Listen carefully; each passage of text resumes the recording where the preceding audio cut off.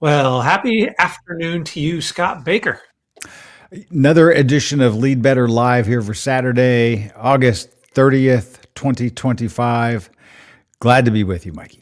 Yeah, creating new habits requires a daily rhythm is the title of Hmm. today's field note. Not necessarily something that would surprise most people, um, but the application is kind of weird. Have you heard the word? I was reading a few studies here. Have you heard the word automaticity?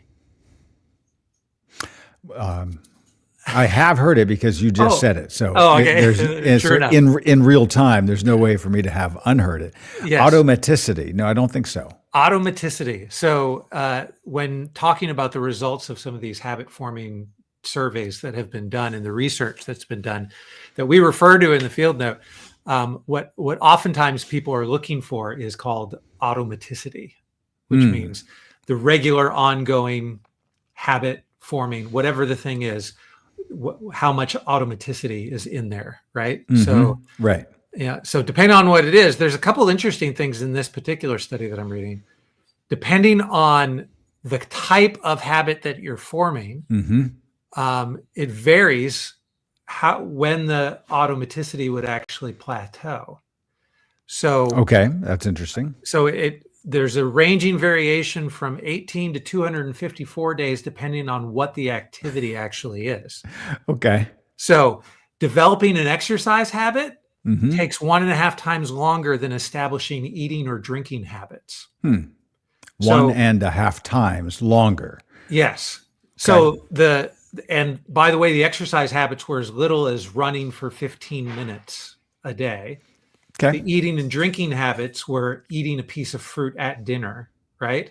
Hmm. So there's other things that could probably be pulled out as like, okay, everyone's eating dinner anyway. So there's also another thing that you're doing in your habit Sure. formation kind of trial, Yeah. or because you're attaching it to something else. So remembering to eat a piece of fruit is probably going to be easier. But that actually shows up. Yeah. So Well, and I think that one of the things that you kind of alluded to in the original setup in terms of application is that generally admired leadership field notes are directed toward leaders. right, And so you would start to think about, well, what are the habits that leaders would be trying to inculcate into their own routines? right, And the way that that hits the workplace, that gets a little bit tricky. And so right, we'll get to that because that's a big part of it.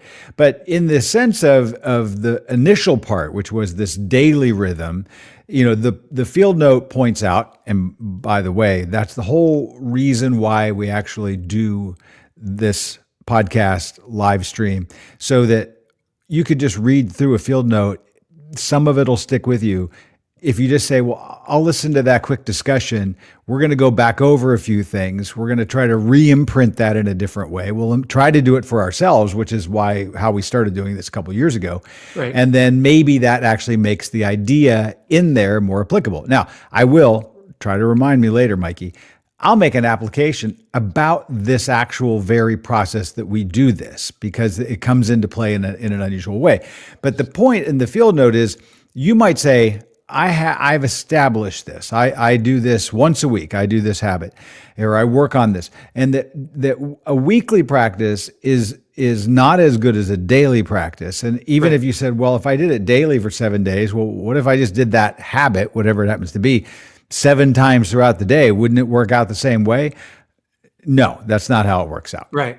So we should get practical. And I think the specific behavior that's mentioned in the field note is a good one to kind of Hmm.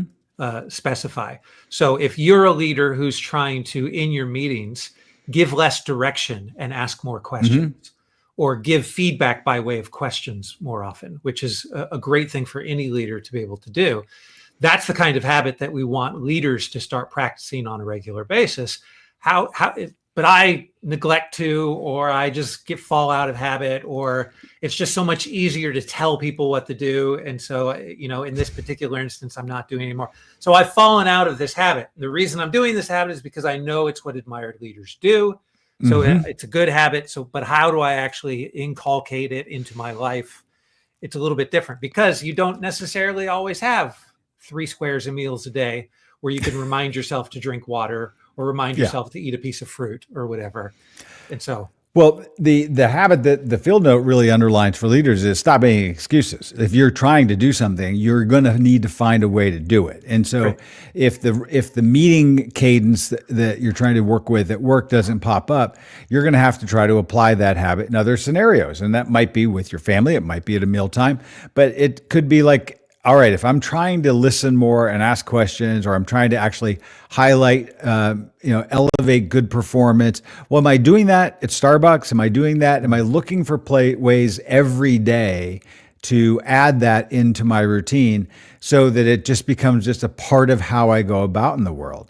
And I like the idea of saying, well, if you're not finding a way to practice the particular thing, then you're just not actually serious about it. Now, we do know that caveat to that is there are some behaviors in our Admired Leadership main catalog, which is hundreds of behaviors. There's 100 plus in our main platform.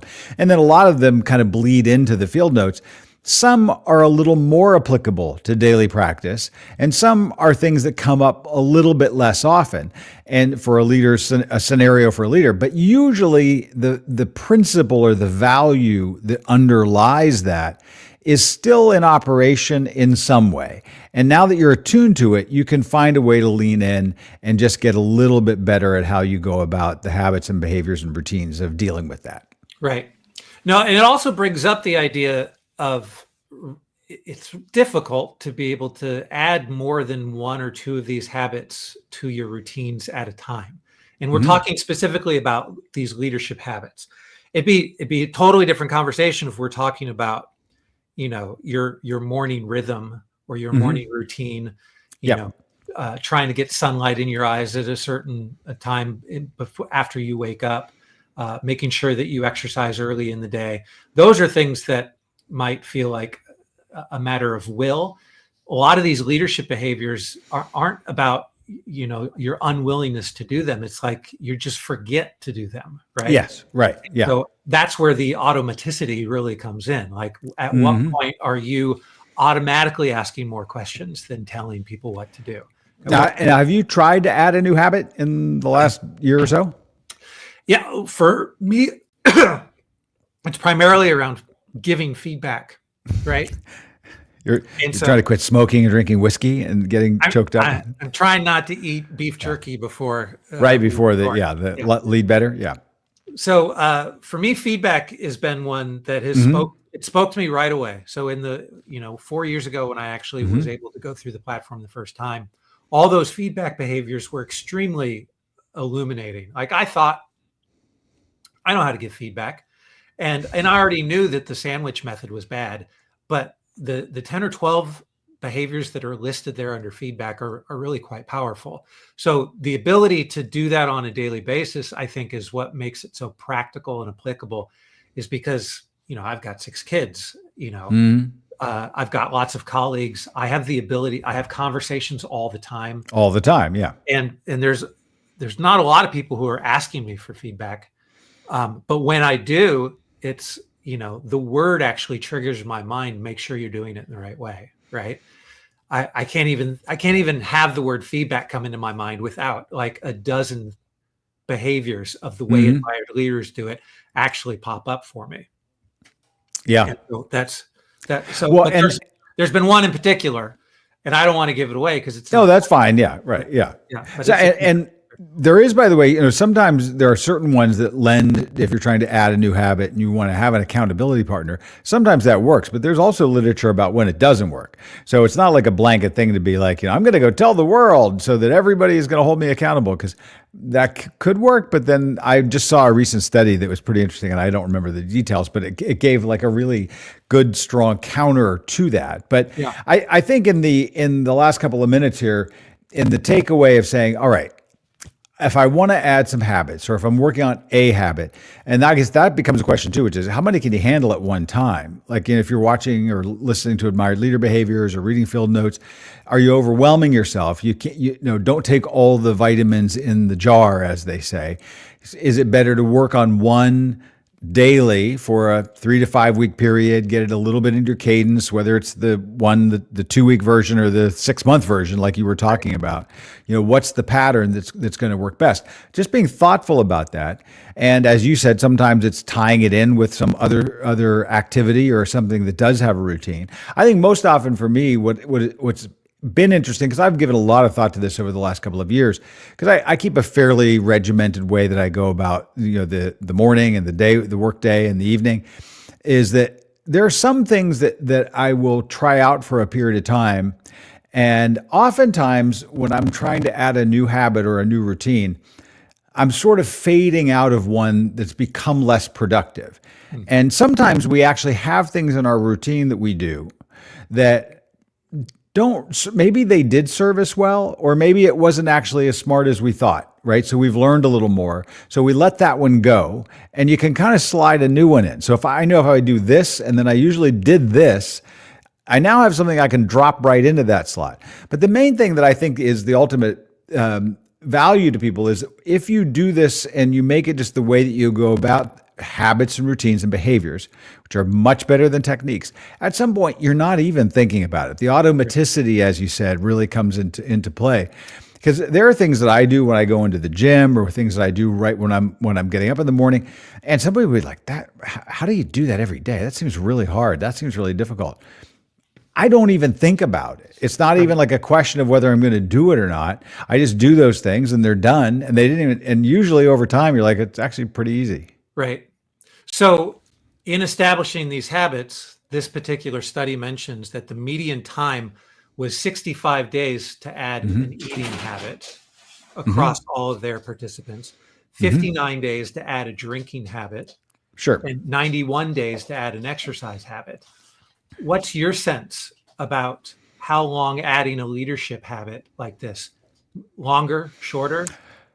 I do think we often say, in the admired leader behaviors, we kind of hear from people somewhere in that 3 to 5 week sort of, scenario of really getting something that starts to be part of your category. I do think it probably takes a little bit longer than that. And that was one of the odd things. You kind of came close to it, because the one study that I came across was a particular study that was done in the European Journal of Psychology, and they found it took on average 66 days to form a habit. But the timeline went, as you indicated, from like 18 to 250 something. But yesterday I asked you, how long have we been doing the daily Lead Better editions of this discussion? And you said, I think we were right at 66 days. Yeah. Yeah. So today's day 67. Yeah. Now, I'm already at the point where this is Saturday, and you texted me this morning. You said, we're still good to go 3:00 this afternoon. I wasn't even like a question in my mind. It's like, of course, like we're either going to, sometimes occasionally we've had to record one ahead of time or whatever, but we're live right now. But it was like, yeah, of course. Yeah, that's what we did. Now, hopefully, things that I listen to, even podcasts that I listen to regularly, they become habits, and they serve you, right? So our hope would be that this would be a habit, that you would like the discussion. It would make you think through that field note a little more carefully. You'd start to kind of, piece it apart and wrestle with it and be like, all right, now I get what it's really talking about. It's way more likely that it'll stick in your mind, later. And right. So 66 seems to be magic. We're right there. Do you think that if we came up with a great behavior for our community of people to add, but we wanted to do this as a study that kind of matches this one from the European Journal of Social Psychology, to understand how long it takes to adopt a feedback behavior or some leadership behavior, that if we got, 300 participants to self-report every day, because I'm interested to know, like, how much time to plateau your automaticity with the leadership behavior. Yes. Yeah, I would be interested. And I will say, I've also been trying to be a little more, and maybe it's coming off of rereading the Oliver Burkeman book that I mentioned a week or two ago, of you can over-regiment. Yeah. You can, some of these things you just kind of have to take as they come and let the river flow, and you're going to kind of dip in and dip out of ideas. But certainly the backbone of who you are in the habits and routines and behaviors you have that are really a part of the authentic you. Right. And so I think that's a great direction to go toward. And rhythm is not a bad word to think about. In fact, I'll even give everybody a playlist, tip here. So one of the things that I've done in the last year is I decided that because of all the podcasts, because of all the things we have to listen to and think about, I was not listening to as much music as I used to listen to. And I thought that's a net negative. And so I usually take, I take Ted Gioia does the best 100 albums of the year on his Substack. I've listened to all of those over the last couple of years, slowly over the course of the year, just during the workday. But that's more kind of in the background. I'm just monitoring it. But when I'm in the morning, I usually go and I'll run a mile or two. I usually run for like 20, 25 minutes, and then take a walk later in the day. So I decided during that run I would listen to music, so that early in the day I'm listening to something that's not news, not a podcast. And I decided to listen to the full catalog of artists in order from the beginning of what they've done to the very, most recent. Some of them established people that I liked, some I'd never heard of before or never gave attention to. Well, I've done probably a couple dozen of these artists now. Some of them, like Bob Dylan or Nick Cave, had very long catalogs. And you'll listen to the catalog from their chronological release date? Their chronological release date, yeah. Okay. Yeah. So now I don't listen to necessarily all of like the best ofs or the weird live album. I'm trying to get the main studio albums in their. But I was never that aware. I mean, I was aware because I would hear it, but I was never like really into Bon Iver, right? Oh, so yeah. they popped up, and I thought, well, I'm going to go ahead and listen to all of the catalog. Because you went all the way through the A's and then you got to the B's. No, it was I heard a song, actually a current song, but there is a current song on the most recent Bon Iver album, and the what's his name, Vernon. The guy that's the lead guy. I looked it up. I remember his name, but it'll come to me later. But it's called "There Is a Rhythm." And it's actually a great song, and it has sort of a hypnotic sort of attachment to it. And so you could actually, if you're trying to like add a habit, you could be thinking about that habit, listen to that song. There is a rhythm, and there's an unusual music video for it. He actually spells rhythm in an unusual way too, which is, he's kind of weird with the way he plays with language. And I think you'll like it. So there you go. Cool. Thank you. All right. That's a great recommendation for the rest of the Saturday as well. Okay, right. Yeah, it's a good one to listen to on a Saturday. All right. We'll talk tomorrow. I look forward to tomorrow's Field Note as well. All right. Thanks, Mikey. All right. Bye now.